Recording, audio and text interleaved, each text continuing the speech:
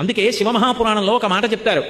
మహాపురుషుడైనటువంటి వాడు, పరమ భాగవతోత్తముడైనటువంటి వాడు పూజ చేసుకోగానే బయటికి వస్తుండగా ఎవరైనా చూస్తే ఆ రోజున వాడు త్రివేణీ సంగమ స్నానం చేశాడని ఫలితం వేస్తారు.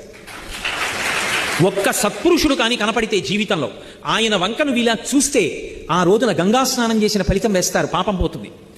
కల్పతరువు దగ్గరికి వెళ్ళి నిలబడిన పుణ్యం ఇస్తారు. అందుకే అప్పటి వరకు ఏ కోరిక నీకు తీరలేదో అది తీరుతుంది. మనసులో ఉన్న పరితాపం పోతుంది. చంద్రబింబం దగ్గర కూర్చుంటే ఉన్న చల్లదనం మనసులో వస్తుంది. మూడు ఇవ్వగలిగిన వాడు ఒక్కడే, ఒక్క సత్పురుషుడు. ఆయన ఇద్దామనుకుని తిరగడు, ఈశ్వరుణ్ణి నమ్ముకుని తిరుగుతుంటాడు.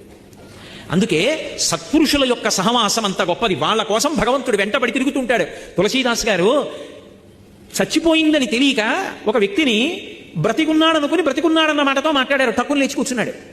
పాదుషాకి చెప్పారు, ఓ చచ్చిపోయిన వాళ్ళని బ్రతికించగలవుట, ఏది నా దగ్గర కూడా ఒక చమత్కారం చెయ్యి అన్నాడు.